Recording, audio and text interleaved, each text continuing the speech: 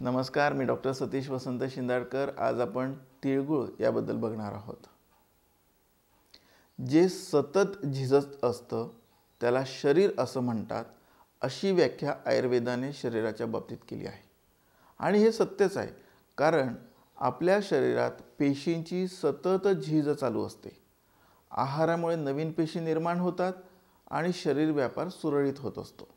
शरीरात जे पेशींचे अंत आणि उत्पत्ती होण्याचे चक्र चालू असते ते सातत्याने मृत्यूपर्यंत असते आणि या चक्राला सुरळीतता असावी या उद्देशाने ऋतुमानानुसार आपल्या आहाराचे विहाराचे कसे नियोजन असावे याचे वर्णन आयुर्वेदामध्ये केलेले आहे।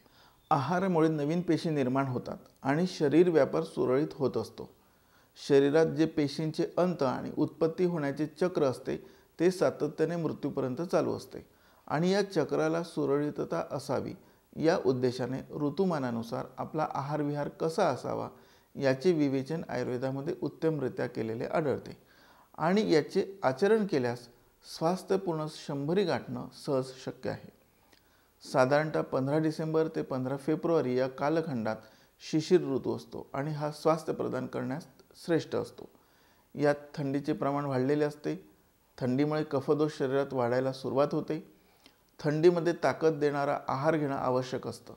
ताकद देणारे अनेक पदार्थ थंड गुणाचे असतात आणि ते कफदोष वाढवू शकतात आणि कफाचे विकार उत्पन्न होऊ शकतात। शिशिर ऋतूत तसेच सर्व उष्ण पदार्थ हे उपयुक्त ठरतात। उदाहरणार्थ गुळाची पोळी। गुळ हा चवीला गोड असला तरी उष्ण आहे। गुळाची पोळी सोबत साजूक तूप घेण्याचा विचार करायलाच हवा, हे विसरू नये। वांग्याचे भरीत देखील या ऋतूत उत्तम आहार आहे। वांगे हे कफ दूर करणारे आणि उष्ण असतात। या ऋतूत गहू आणि तांदूळापेक्षा बाजरी खाणे उत्तम असते, कारण बाजरी ही उष्ण गुणधर्माची असते।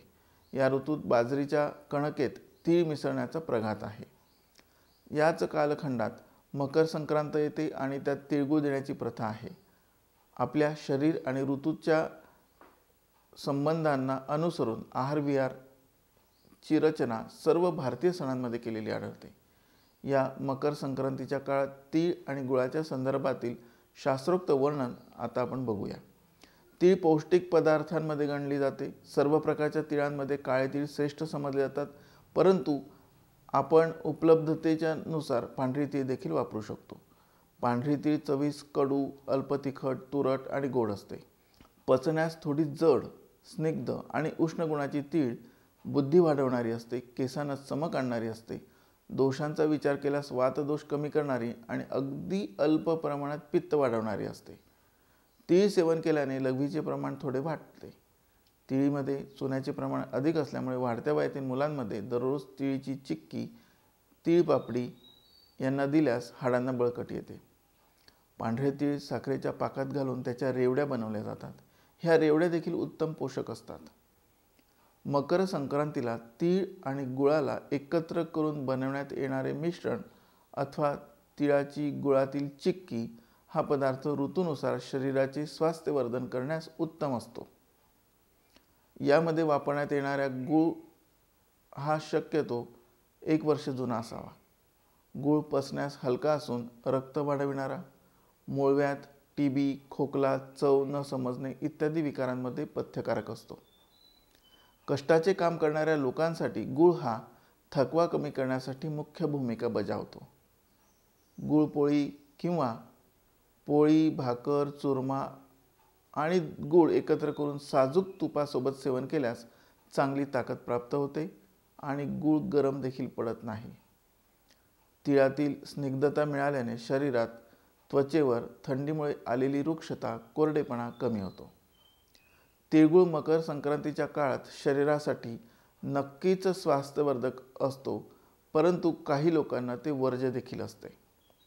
ज्या व्यक्तींना तिळाची ॲलर्जी आहे अशांनी त्याचं सेवन करूच नये। तिळगुळ हे ग्रीष्म, वसंत आणि शरद ऋतूमध्ये सर्वांसाठी वर्ज्य आहे। कृमी, त्वचेचे विकार, सर्दी, रक्ताचे विकार, लघवी अधिक होणं, मलाचा अवरोध असणं इत्यादी विकार असणाऱ्यांनी तिळगुळाचं सेवन करू नये। उष्णतेचे विकार, पित्त प्रकृती यांनी मकर संक्रांतीच्या काळात अल्प प्रमाणातच तिळगुळ सेवन करावं अथवा सेवनच करू नये। अशा प्रकारे ऋतूनुसार प्रकृतीनुसार तिळाचं आणि गुळाचं सेवन हे आपल्याला लाभदायक ठरू शकतं. नमस्कार.